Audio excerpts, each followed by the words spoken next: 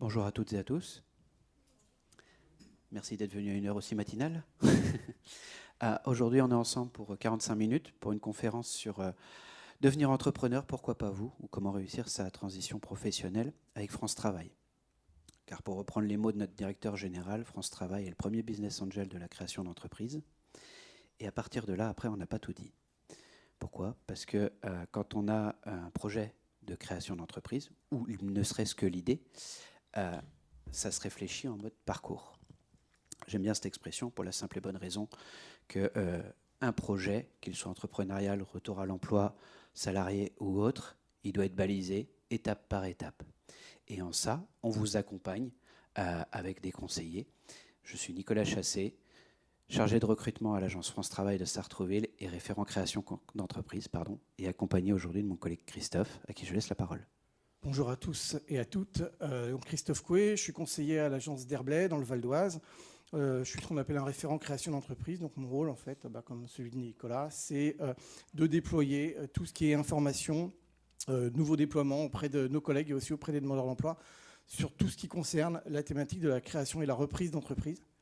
Voilà, et aujourd'hui, on va quand même, comme c'est le salon de la micro-entreprise, on va plutôt zoomer vraiment sur la micro-entreprise et on va laisser un petit peu de côté, si vous voulez bien, les autres statuts juridiques, puisque vous allez voir que c'est quand même relativement complexe en termes d'information et en termes de connaissances pour des demandeurs d'emploi. Et donc, on va essayer aussi de cloisonner un petit peu l'information pour pas non plus trop vous embrouiller. Puis le grand mot d'ordre aussi de France Travail, c'est quand vous avez une question, rapprochez-vous des établissements qui détiennent l'information. Donc, si ça concerne les allocations France Travail, si ça concerne tout ça, eh ben, vous rapprochez de vos conseillers à France Travail. Vous avez des conseillers indemnisation qui s'occupent de votre indemnisation. Et puis, vous avez des conseillers comme nous qui s'occupent de l'orientation, mais pour lesquels on va quand même avoir un premier niveau d'information. Et bien, comme les référents créateurs d'entreprises ont besoin d'avoir des connaissances un peu plus approfondies sur l'indemnisation, on va connaître un petit peu plus aussi sur les aides et on va aussi vous présenter ça ce matin. Voilà, on a 45 minutes ensemble pour aborder le sujet. C'est relativement court, mais n'hésitez pas à passer sur le stand après pour venir nous rencontrer. Et là, on pourra rentrer peut-être un petit peu plus dans le détail. Je vous remercie et je redonne la parole à Nicolas. Merci Christophe. Alors, juste pour ce temps en partagé, voilà les items que nous allons aborder. Juste un rappel bref, parce que un peu de données, ça ne fait pas de mal d'avoir une connaissance du marché dans lequel on évolue. Ensuite, on partira sur ce que je disais tout à l'heure, la notion de logique de parcours. Baliser étape par étape avec les outils qu'on peut mettre à votre disposition. On parlera on en a parlé tout à l'heure, Christophe l'a évoqué, sur le volet rémunération ou allocation. Deux notions différentes, car on le rappelle, une allocation est liée à une assurance chômage, donc est liée à la capacité à ouvrir des droits.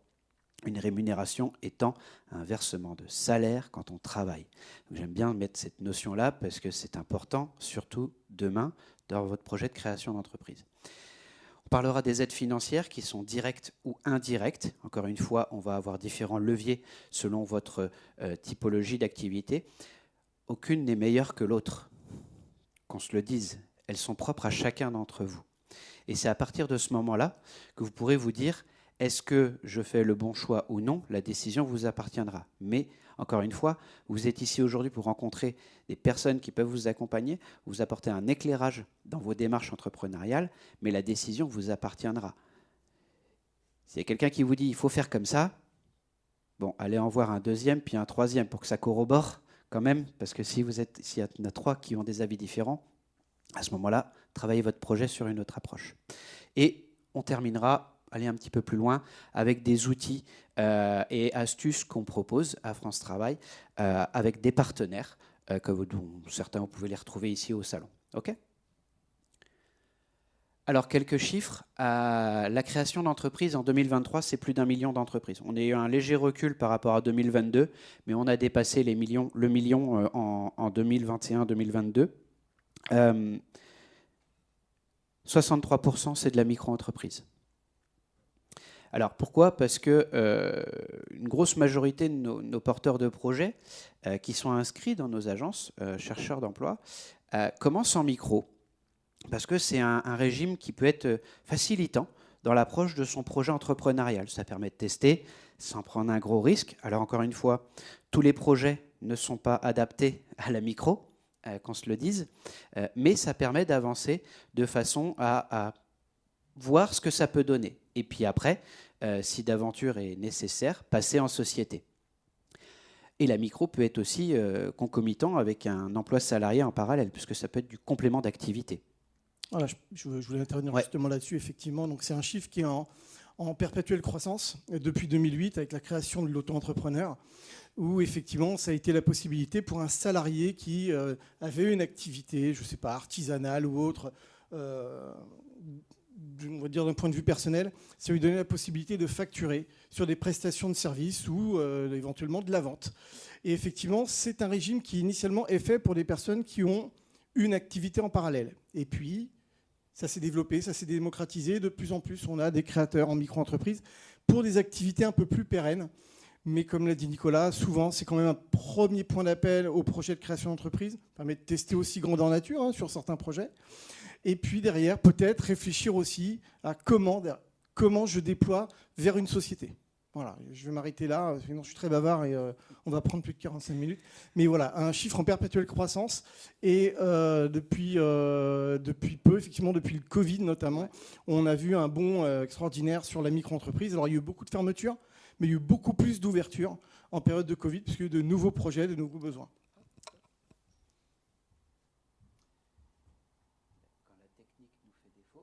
Bah, sinon, on fera sans la technique. L'adaptabilité. OK. Une entreprise sur 3 est créée par une personne en situation de recherche d'emploi, donc inscrite à France Travail. C'est pas négligeable. Ça fait quand même un bon pourcentage d'entrepreneurs. 55% d'entre eux initient leur activité lors de la première année d'inscription à France Travail, ce qui montre aussi qu'on est là pour accompagner. Et là, on viendra tout à l'heure par rapport au volet allocation, rémunération. C'est là où ça prend tout son sens. Et dans mon introduction, quand j'ai parlé des mots de notre directeur général, oui, c'est vrai. Parce que l'allocation permet d'avoir un potentiel matelas financier. Alors, quand on a ouvert des droits, évidemment, mais on y viendra tout à l'heure. Et enfin, 1,8 emplois créés sur 3 ans par les entrepreneurs. C'est-à-dire qu'il y a de l'embauche. Donc, une fois que vous aurez été accompagné par un collègue comme Christophe, vous pourrez venir me voir, parce qu'on a aussi un service recrutement à France Travail pour accompagner les TPE, PME de nos territoires. Je fais de l'accompagnement aussi. Aujourd'hui, j'accompagne les entreprises dans leur stratégie de développement, leur recrutement, avec des aides et mesures et des leviers d'accès à l'embauche. Tout ça pour vous dire quoi? Que l'accompagnement a permis à 9 projets sur 10 d'aboutir à des créations d'entreprises qui sont toujours actives. Donc oui, entourez-vous. Que ce soit avec nous, mais que ce soit avec d'autres structures, parce que nous, on est là beaucoup à l'émergence du projet. D'autres vont être là pour vous permettre d'avancer dans l'élaboration, et d'autres sur votre lancement commercial. Mais tous ont un impact dans votre accompagnement. Ne restez pas seul, profitez de ces temps d'événements, comme aujourd'hui, pour rencontrer, échanger, réseauter, partager et surtout confronter votre projet, votre future entreprise. Parce que si vous arrivez sur un marché et que vous vous dites « mais en fait, il n'y a que moi », est-ce la bonne démarche? Je ne remets pas en cause le projet.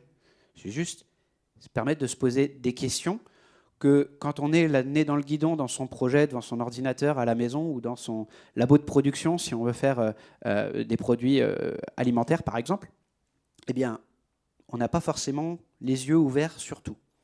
Et la posture entrepreneuriale n'est plus celle que vous aviez quand vous étiez salarié. Alors c'est facile à dire pour moi, je suis salarié. Néanmoins, vous devez réfléchir avec 2, 3, 4 tours d'avance. Vous devez anticiper les choses. Quand vous étiez salarié, vous aviez une certaine anticipation à mettre en place, mais les décisions, elles étaient prises par un N+1, voire un N+2, ou un COMEX. Bref, vous devez prendre des décisions. Vous devrez trancher, arbitrer. Et donc, de fait, vous allez vous mettre en logique, comme je disais, de parcours pour devenir une entrepreneur demain.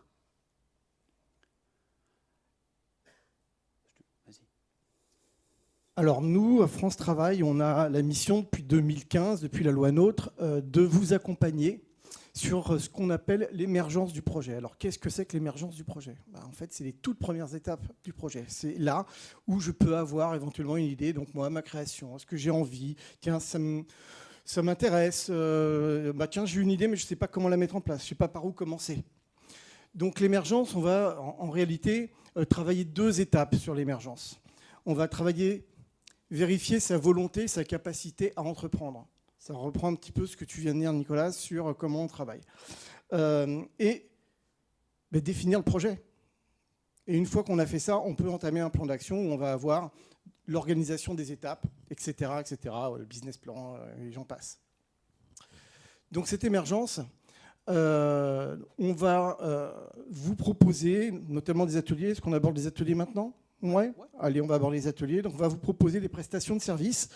Donc au sein de France Travail, vous avez 2 ateliers. Donc ça, c'est plutôt des prestations de services de premier niveau. Ça va durer pour le premier une demi-journée qui s'appelle M'imaginer créateur. Voilà, je m'imagine créateur. On va beaucoup parler de vous dans cette émergence. On va parler de soi, de ses besoins, de son environnement, de ses, éventuellement, est-ce que j'ai des charges, qu'est-ce que j'ai besoin de pour vivre, quelles sont mes envies, pourquoi je veux créer, etc. On va vraiment faire un gros tour d'horizon sur votre personnalité.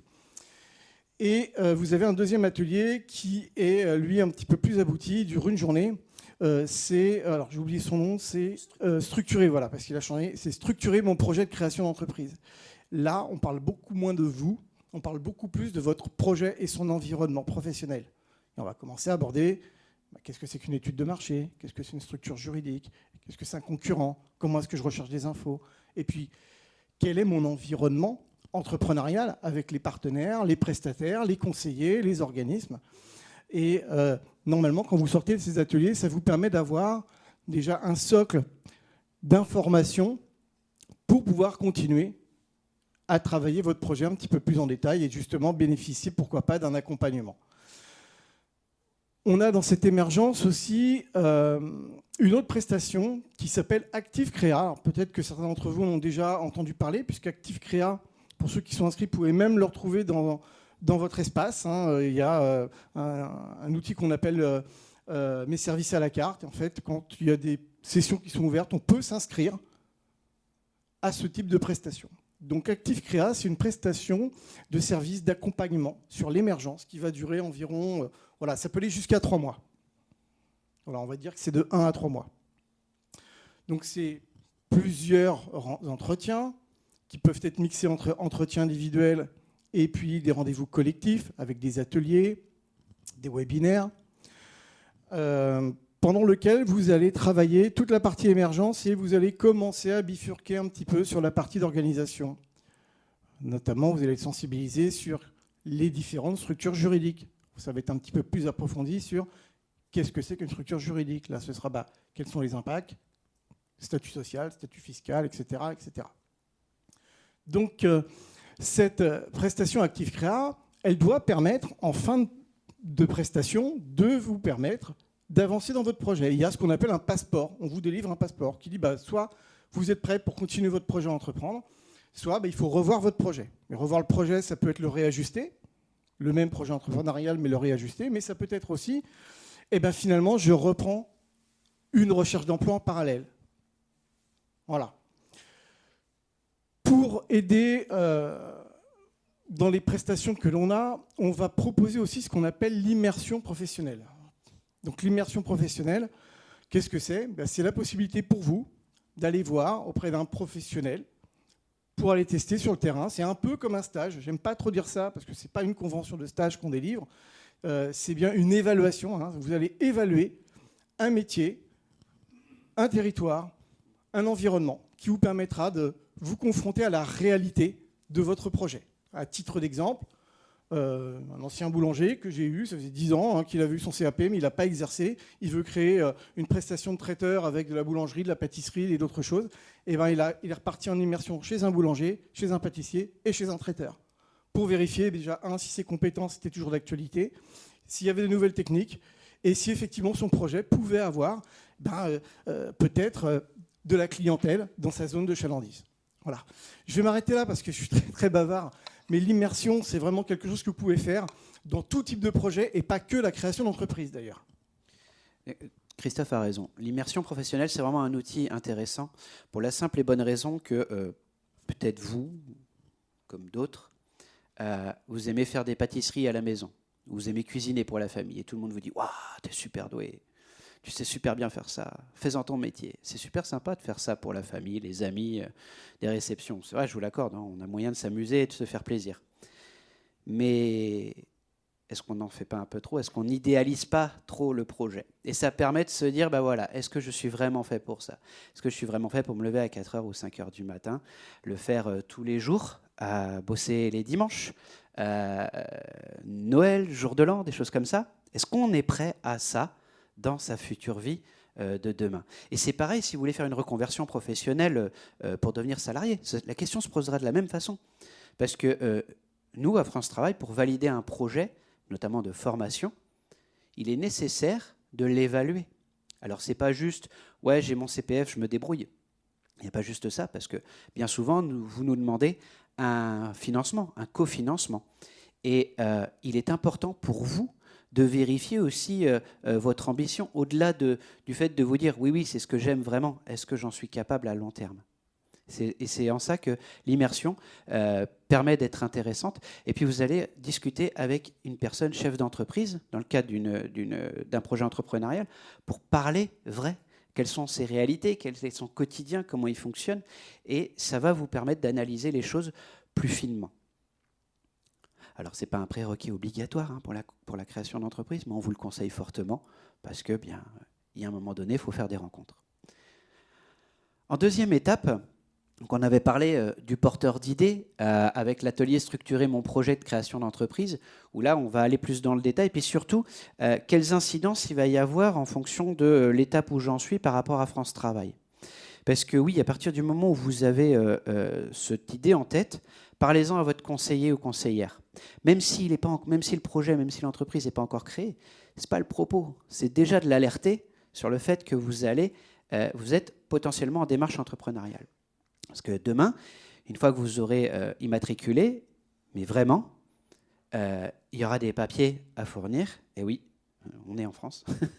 Donc on a des petits papiers à vous donner, des documents officiels qui vont, en fonction de ce que vous allez nous communiquer, vous définir dans une catégorie et donc du coup avoir une incidence sur votre allocation. Okay ? Donc c'est important d'en informer le plus tôt possible votre conseiller référent ou conseillère. Donc le porteur de projet, après avoir été porteur d'idées, commence à concrétiser les choses de façon plus dans le dur, pour envisager les choses de façon pérenne. Et là, on a des partenariats avec notamment la région Île-de-France, avec le dispositif Entrepreneur Leader, qui permet d'accompagner tous ces porteurs de projets. Et c'est en sortant de l'actif créa que l'accompagnement auprès d'entrepreneurs leaders peut être orienté. Donc ça va être différents intervenants, ça peut être la CCI, ça peut être la CMA, ça peut être la BGE, les boutiques de gestion d'entreprise, ou d'autres qui sont mandatés par la région en fonction de là où vous en êtes dans votre parcours. Et l'idée, c'est quoi? C'est pour 70-80 € pour une année, si vous êtes à l'ASS ou au RSA, je crois que c'est non payant, de mémoire, et vous avez une dizaine de rendez-vous individuels avec un consultant qui va s'adapter à votre projet. C'est pas on se revoit dans un mois et puis alors qu'est-ce que vous avez fait? Non, la personne va vraiment se documenter. J'en ai pour exemple un ancien porteur de projet que Christophe et moi connaissions bien.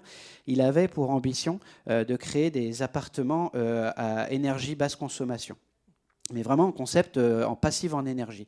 Et le consultant, qui n'y connaissait rien au départ, il s'est documenté. Et pour chaque rendez-vous, il s'était mis à se documenter pour être au niveau du porteur de projet. Et c'est en ça qu'il y a une vraie plus-value pour parler, je ne vais pas dire d'égal à égal, mais en tout cas pour ne pas être dans le vague et pour qu'on ait quelqu'un en face de nous qui soit vraiment très responsive. D'accord? C'est bon pour tout le monde pour l'instant? Okay. Juste, je voudrais donner un petit mot sur Entrepreneur Leader. Donc, rapidement, je vais revenir sur cette fameuse loi NOTRe de 2015 qui a réaffirmé les missions de chacun. Donc, voilà, vous l'avez compris, France Travail, c'est l'émergence. Et les régions ont été missionnées pour accompagner les porteurs de projets après cette étape d'émergence. Vraiment, donc, ce sont les régions qui choisissent leur dispositif. Nous, on avait à l'époque un truc qui s'appelait le NACRE, voilà, qui était financé, c'est au niveau national, puisque c'était financé par Direct, je crois, enfin je ne sais plus. Ouais, c'est ça. Et voilà, maintenant Entrepreneur Leader, finalement, c'est exactement le même dispositif, avec à peu près les mêmes partenaires. sauf que c'est financé par la région Île-de-France. Donc n'hésitez pas, vous allez sur Internet, hein, vous faites entrepreneur leader Île-de-France, vous allez tomber sur le site de la région, vous retrouverez les infos, ainsi que les partenaires pour les différentes étapes. Vous allez constater qu'il y a 3 étapes dans Entrepreneur Leader. Vous avez une étape pour l'organisation de projet, une étape que tout le monde ne fait pas, qui est pour la recherche de financement. Tout le monde n'en a pas besoin. Voilà. Et puis, vous avez une étape qui permet, et pour moi, c'est peut-être la plus importante, d'accompagner au-delà du projet. C'est-à-dire qu'une fois que vous êtes immatriculé, ça peut avoir quand même avoir la possibilité d'un accompagnement pendant 3 ans après l'ouverture de votre entreprise. Voilà, c'est ce que je voulais ajouter. Et enfin, le démarrage de l'activité. Et c'est là où on va rentrer dans le vif du sujet avec que devient mon ARE, la fameuse allocation retour à l'emploi. C'est quoi l'ARS? Parce qu'on entend beaucoup parler. On voit des gens à l'accueil, ils arrivent, je veux mes allocations avec l'ARS ou avec l'ACRE. Donc ils sont un peu perdus. L'idée, ça va être vous expliquer un peu ça. Alors, j'ai remis volontairement Pôle emploi parce que certains ont oublié qu'on est passé à France Travail pour faire la connexion, même si je l'ai là. Comment je m'actualise? Et oui, en fonction de si vous êtes en micro, si vous êtes en entreprise, travailleur non salarié, assimilé salarié, l'actualisation elle va être un peu différente. Et quel statut je choisis? Comme je vous disais tout à l'heure, c'est le vôtre. C'est vous qui déciderez. Pourquoi? Parce que si on veut aller dans le détail du statut, il faut tout écrire juridiquement dans le papier. Et navré de plomber un peu l'ambiance, mais idéalement, c'est même de dire et si demain je ne suis plus là, qu'est-ce qu'il advient de mon entreprise? J'ai plombé l'ambiance là. Rémunération ou allocation? Je te laisse la main, Christophe. Ah, déjà? Ouais. Alors, rémunération, allocation. On a dit qu'on n'allait pas forcément parler des cas des sociétés. Vous allez voir aujourd'hui, alors je vais quand même en parler un petit peu parce que c'est important. Nicolas l'a dit tout à l'heure, venez nous donner les infos. Mais si vous venez nous donner les infos, ça sous-entend que vous en avez déjà au préalable. Aujourd'hui, il faut quand même savoir un certain nombre de choses. C'est quel est son statut social, quel est son statut fiscal, quel est le statut juridique dans lequel je m'immatricule. Ça peut paraître idiot ce que je dis, mais croyez-moi, il y en a beaucoup qui viennent nous voir et ne savent même pas dans quel statut juridique ils sont. Parce qu'ils ont été accompagnés ou portés aussi par certains professionnels qui ont fait les démarches pour eux. Et bon, même si les démarches sont bonnes, malheureusement, ils ne savent pas forcément dans quelle situation ils se trouvent. Donc, aujourd'hui, pour tout ce qui va être notamment société, vous allez voir que votre statut social, votre statut fiscal, votre fonction dans l'entreprise que vous avez ouverte va être déterminante pour la gestion de vos allocations et ça ne va pas du tout se gérer de la même manière. Mais il va quand même y avoir des règles de base. Un entrepreneur, normalement, il choisit sa rémunération. Et vous allez voir que quand je vais parler de la micro-entreprise, ce n'est pas vraiment le cas. Mais sinon, l'entrepreneur en société, il choisit sa rémunération. Et France Travail veut lui proposer soit d'avoir le maintien d'une partie ou la totalité de ses allocations, selon son choix, ou alors de bénéficier de ce qu'on appelle de l'ARS, qui est une aide au capital. Alors cette aide au capital, elle ne porte pas bien son nom, parce qu'on ne peut pas la capitaliser, puisqu'on ne peut l'avoir qu'une fois qu'on est immatriculé, une fois qu'on est sûr que vous êtes bénéficiaire d'une aide de l'URSSAF qui s'appelle l'ACRE, voilà, et qui se demande en même temps que l'ouverture. Je vous dis qu'une personne sous forme de société, elle choisit sa rémunération parce qu'elle peut choisir de ne pas se rémunérer, elle peut choisir de se verser un salaire, de dire tiens, j'attends de faire des bénéfices sur un dividende, etc. Ça aussi, vous en parlez à votre conseiller. En amont, avant de faire un choix, lui, votre conseiller indemnisation, il vous dira quel est l'impact potentiel futur sur vos allocations et à quel moment. Ça vous permet de mener une stratégie financière.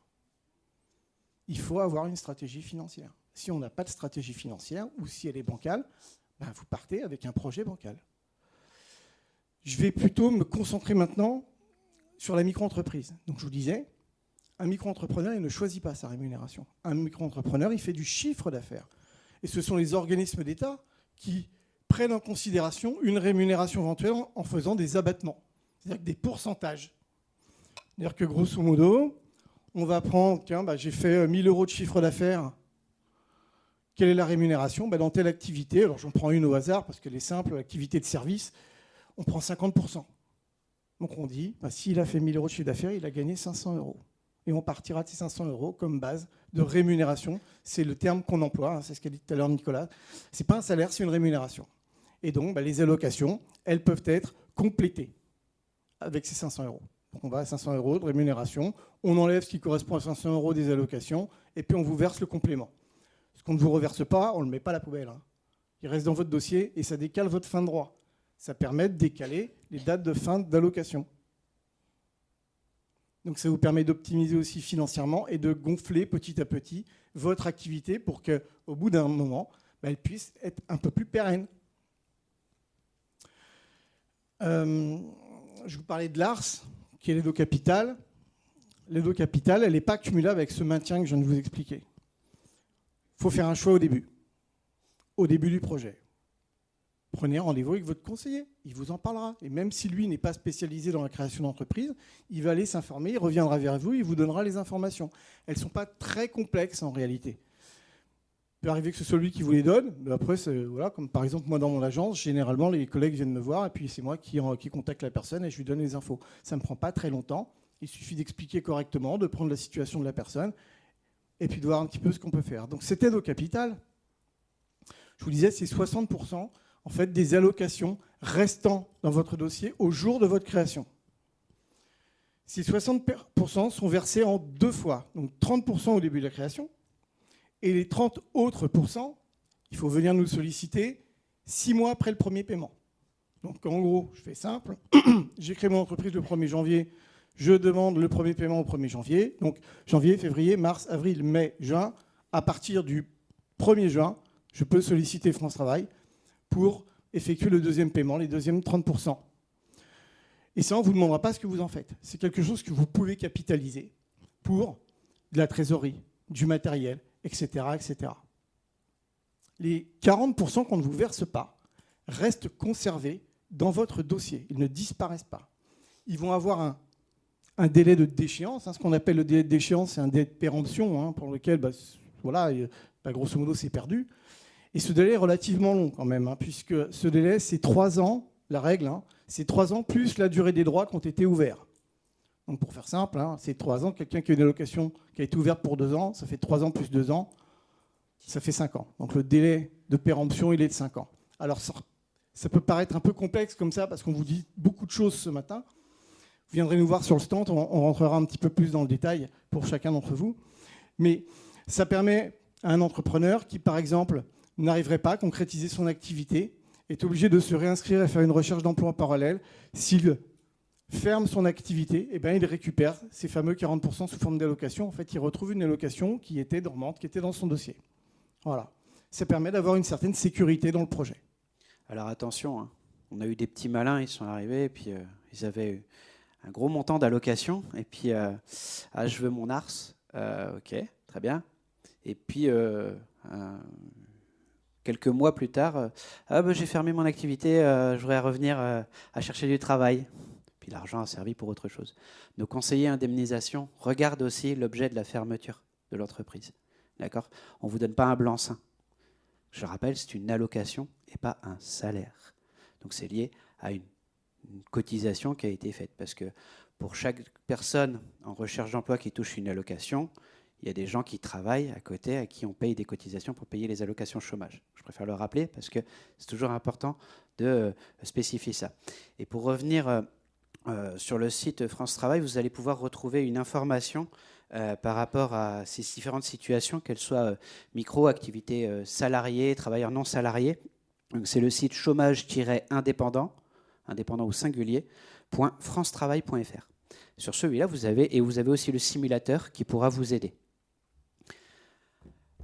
Alors, pour le cas de la micro, comme on disait tout à l'heure, pour le cas de la micro, comme il disait Christophe, vous allez pouvoir proroger vos droits parce que tout ce que vous allez gagner, générer comme chiffre d'affaires, qui deviendra du revenu, ce sera ça en moins que nous, on vous verse. Donc, du coup, pour compléter l'activité. Et la micro, en ça, est un vrai outil, un vrai intéressant. Et c'est valable aussi si vous reprenez une activité salariée. Parce que du coup, vous allez nous déclarer votre bulletin de salaire, le nombre d'heures travaillées, et si on doit compléter, on complète, et si on ne doit pas compléter, on ne complète pas, mais vous avez gagné 1 mois, 2 mois, quelques semaines, des jours. Voilà, on reporte à chaque fois. Voilà. Alors par contre, la date qui est inscrite dans votre dossier, vous avez une date de fin de droit, elle est écrite, vous le voyez tous dans vos dossiers ou alors sur le courrier que vous aviez reçu. Elle ne changera que le jour où le calcul sera fait. C'est-à-dire, admettons, vos droits s'arrêtent le 27 mai 2025. Dans la nuit du 27 au 28, il y a un nouveau calcul qui sera fait par rapport à tout ce qu'on ne vous a pas versé, qui reste en fait dans une sorte de trésorerie. Et un nouveau calcul vous sera communiqué. Mais, ou alors après, vous pouvez l'estimer vous-même. Mais nous, on ne vous le donnera pas comme ça systématiquement. D'accord ? Alors, on parlait de l'ARS, donc le versement de votre allocation chômage sous forme de capital. Oui, ça peut être très intéressant quand on a des investissements ou des besoins en trésorerie. Mais il faut savoir que si vous demandez ça, eh ben nous ne vous versons pas d'allocation. Ça veut dire qu'il faut que vous génériez de l'activité. Ça veut dire qu'il faut que vous génériez du chiffre d'affaires, de la marge et donc de la rentabilité pour pouvoir vivre. Ou alors, ça veut dire que dans votre foyer, il y a une autre source de revenus qui permet d'être serein. Parce que quand on est entrepreneur, entrepreneuse, quand on a un foyer, eh ben, les premières personnes à convaincre avec son pitch, c'est le conjoint. Parce que pendant un temps, va falloir faire bouillir la marmite. Et pour la faire bouillir, faut des revenus. Et quand on sait que on a des postes incompressibles, loyer, crédit, nourriture, pour certains Netflix, Prime, l'abonnement Internet, etc. Tout ça fait qu'il y a des nécessités.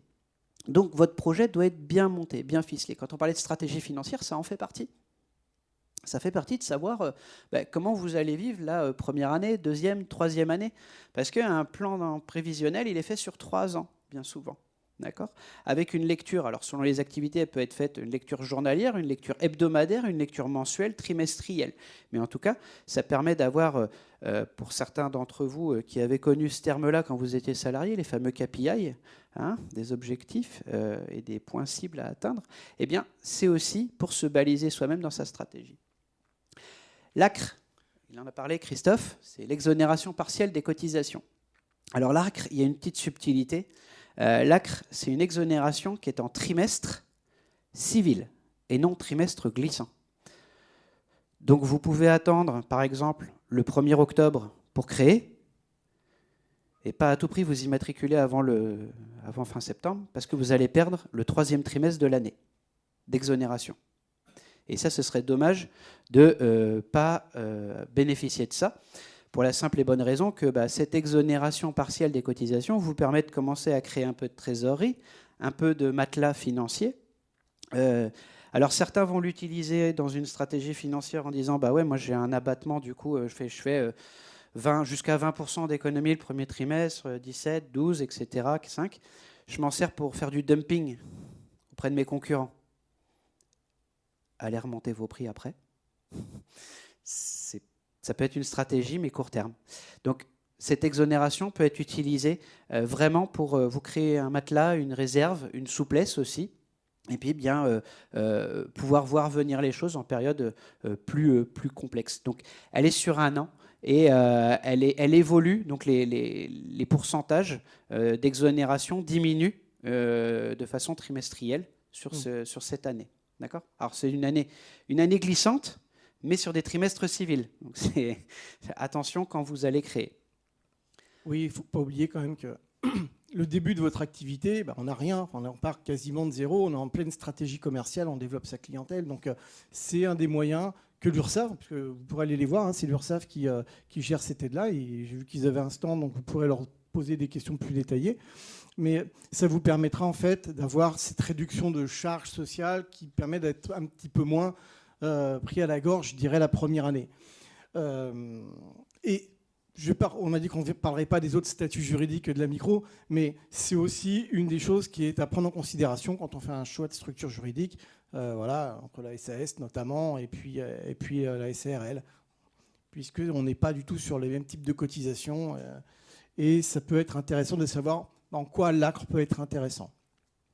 Alors il y a quand même aussi une petite subtilité pour l'ACRE, c'est qu'une personne qui va être sous forme de société qui exerce le contrôle de son entreprise va avoir l'ACRE qui va lui être octroyé automatiquement, il n'y a pas de démarche à faire. Voilà, on lui octroie l'ACRE. L'URSSAF octroie l'ACRE, il vous le donne. Un micro-entrepreneur devra le demander, devra faire une demande écrite, il devra envoyer une demande d'ACRE. Sinon, il ne l'aura pas. Et dans les 45 jours qui suivent la création. Voilà. Ça, c'était un délai qui existait, qui est plus ou moins, qui a disparu, qui est revenu. Enfin, on ne sait pas trop. Vous voyez vraiment avec l'URSSAF pour le délai en question. Mais c'est au début du projet. Mais oui, voilà. Au début. Rapidement, je voulais revenir sur un petit élément, parce que ça m'a fait penser à... On a parlé de l'ARS, et on a parlé d'optimisation, etc. Même pour l'ARS, en fonction de ce que vous avez dans votre dossier, prenez contact avec votre conseiller, il peut vous faire une simulation. Alors pas toujours, mais on a eu des outils à un moment donné qui permettaient de prendre votre dossier, puis de savoir quel était le premier paiement, le deuxième paiement, et voilà. Et surtout, pour certains, et j'ai déjà vu le cas, c'est pour ça que j'en parle, il peut y avoir, notamment, je prends un exemple comme ça, que j'ai eu, des personnes qui ont des avis à tiers détenteurs, où les impôts viennent piocher directement. Ce n'est pas le prélèvement à la source, hein. C'est le prélèvement par rapport à des ardoises qu'on aurait auprès des services fiscaux. Il faut savoir que les services fiscaux, ils se prennent en premier.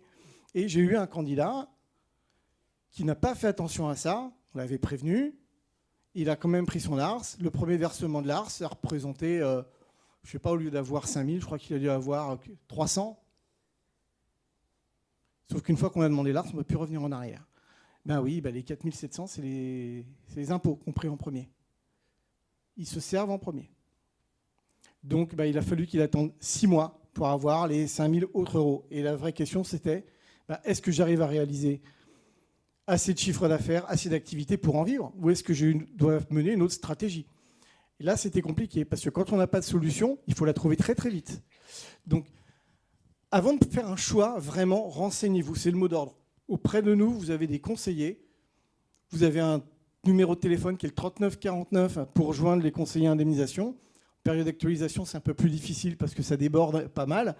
Et puis, vous avez, comme pour rejoindre les conseillers qui s'occupent de tout ce qui est embauche, etc., les entreprises, ils ont le 3995. C'est exact, voilà. Le 3995. Donc demain, quand vous serez immatriculé, vous viendrez me voir et on vous accompagnera aussi sur vos embauches.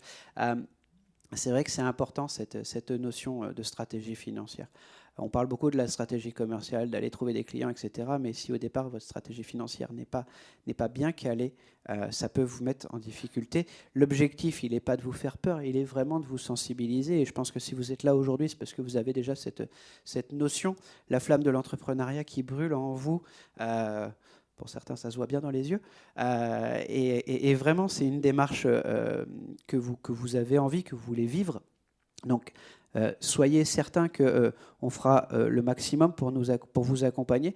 On ne décidera pas à votre place. On ne vous dira pas « non, ça, c'est pas bien ». On vous alertera, on vous donnera les éléments de prise de décision. Notre job, c'est bien conseiller. Un conseiller n'est pas celui qui va décider pour vous, il va vous donner des choix éclairés pour vous permettre de décider, vous. Parce que demain, c'est votre vie que vous avez entre vos mains et pour laquelle vous allez faire toutes les démarches. Cette fameuse ACRE, elle est importante à bien prendre en considération. Et oui, la micro peut être un super outil pour démarrer. Et puis, si vous avez besoin de cette ACRE, on pourra regarder pour vous la verser. Le site que je vous ai communiqué tout à l'heure possède un simulateur pour calculer justement votre fameuse ACRE. Donc, ça peut être intéressant d'aller voir.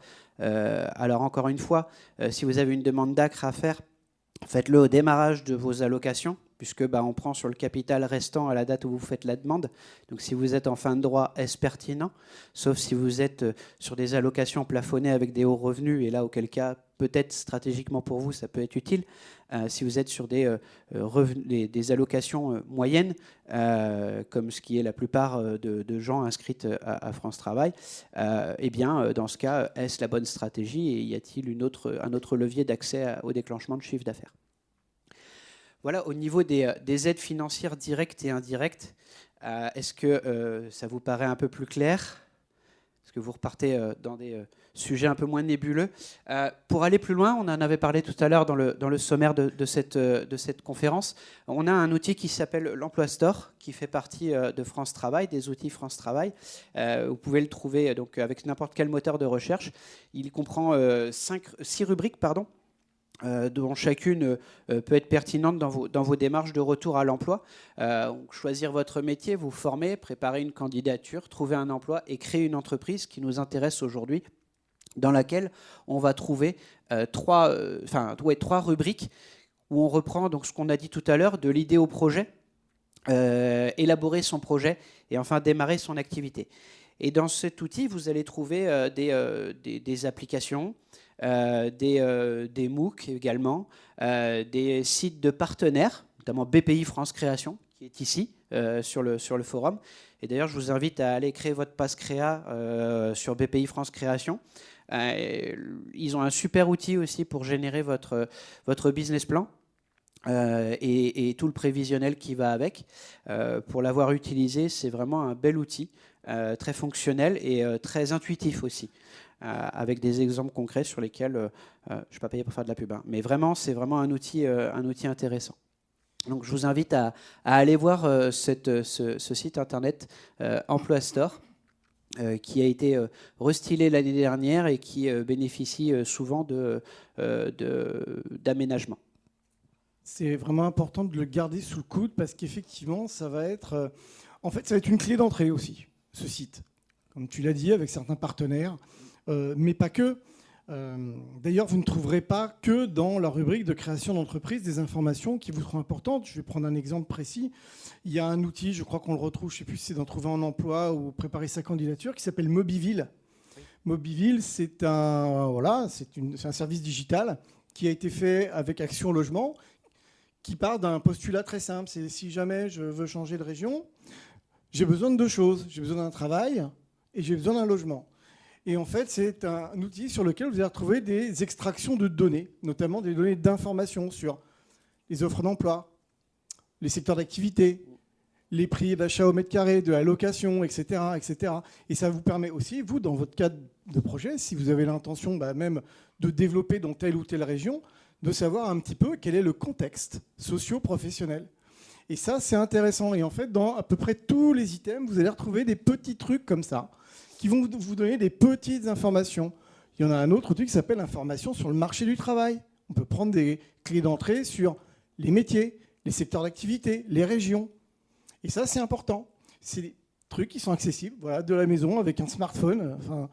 C'est vrai que depuis quelques années maintenant, on a ce virage numérique qui nous permet quand même d'être beaucoup plus autonomes sur les recherches d'informations. Et on le sait tous, l'information, c'est ce qui va vous permettre, vous, de maîtriser votre projet. Donc, gardez-le en mémoire. Il y en aura d'autres. Il y aura BPI, il y en aura d'autres. Mais ça fait partie des sites qu'il faut garder sous le coude puisque vous aurez vraiment, vraiment accès à des informations de manière simple et rapide. Donc, merci à vous, merci de votre écoute. On est à votre disposition encore pour 10 petites minutes pour des questions. Et puis, si vous avez besoin de plus de précision ou parler de façon plus individuelle, on va être sur le stand avec l'UAE, l'Union des auto-entrepreneurs. On sera là toute la journée. Donc, on vous attend. Et si vous avez des questions, on vous passe le micro. Je vais passer avec le micro dans la salle. S'il y a des personnes qui veulent poser une question, vous levez la main, vous me dites. J'ai l'impression que tout a été clair. Il y en a. Bonjour, merci du coup.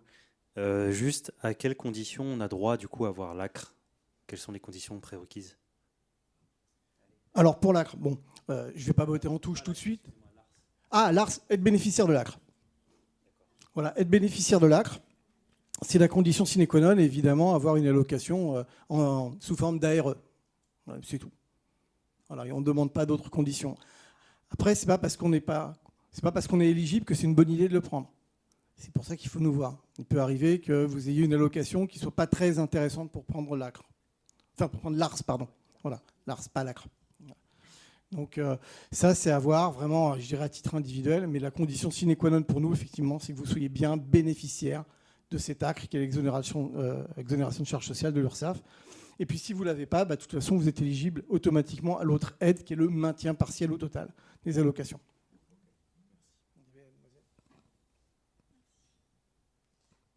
Moi, c'était une question sur l'immersion professionnelle. Est-ce que vous avez un partenariat avec des entreprises pour trouver une entreprise d'accueil ? Et est-ce que ça ne fait pas peur aux entreprises quand on vient, par exemple, vous disiez la boulangerie, si on veut vraiment avoir les clés de l'entrepreneur alors qu'on veut ouvrir le même business potentiellement dans la même région, est-ce que ça ne leur fait pas peur du coup ? Alors, c'est une question tout à fait légitime et je la comprends. Alors, pour répondre à la première, un partenariat existant, il n'existe pas. Il est juste aujourd'hui mis sous forme d'entreprise accueillante. Je m'explique. Vous avez un site qui s'appelle immersionfacile.beta.gouv.fr de mémoire. Alors, c'est une version bêta. Donc, parfois, vous allez peut-être voir des résultats qui vont vous paraître un peu décalés, mais il est plutôt bien fait. Vous mettez, alors on va prendre l'exemple boulanger. Par défaut, le système vous propose, par rapport à la ville où vous ciblez, 10 km, et vous allez avoir un listing d'entreprises qui vont être déclarées comme accueillantes. Elles auront un petit logo, ce sera écrit entreprise accueillante. À partir du moment où elles sont accueillantes, vous leur envoyez un message en leur disant ben voilà, moi je souhaite découvrir ce métier-là ou peut-être en faire un projet d'entreprise. J'aimerais connaître comment ça fonctionne et échanger avec vous au cours d'une journée, 2 jours, 3 jours, une semaine. Ça va dépendre du temps que vous pouvez consacrer à ça et que la personne, l'entreprise, le temps dans lequel elle pourra vous accorder. Et vous convenez de ça et vous envoyez un mail directement. Et si vous êtes inscrit à France Travail, les choses cheminent directement avec votre dossier. Donc ça facilite les échanges. C'est des signatures électroniques, il n'y a plus besoin de documents papier. On gagne du temps. Cet outil peut être utilisé dans 3 cas de figure. La découverte d'un métier, ça c'est pour lequel ça a été vraiment initié. C'est-à-dire qu'on parle justement aujourd'hui de reconversion professionnelle. Eh bien, je fais un virage à 180. J'étais trader, je deviens boulanger. Bon, j'ai jamais fait de boulangerie avant. Est-ce que c'est vraiment ce que je veux faire ? Je veux confirmer un projet professionnel. J'étais dans une dynamique, Christophe l'a dit tout à l'heure, par exemple, il était un boulanger, il voulait devenir traiteur. Bon, ce n'est pas vraiment une reconversion, c'est un complément. On peut le voir comme ça, un complément de démarche professionnalisante. Eh bien, ça peut être intéressant d'aller rencontrer ce type d'entreprise. Et en 3, confirmer une embauche. Avant de sécuriser l'embauche, on peut... alors, ça ne remplace pas la période d'essai, entendons-nous, il y a le droit du travail pour ça. C'est juste pour 2-3 jours pour se rendre compte de ces fameux savoir-être de la personne qui va être là en observation. Encore une fois, c'est de l'observation. On ne va pas vous demander d'exécuter des tâches ou alors partiellement. Le but n'est pas d'être de la main-d'œuvre déguisée. Ce n'est pas notre propos. Nous aussi, on est vigilants à ça.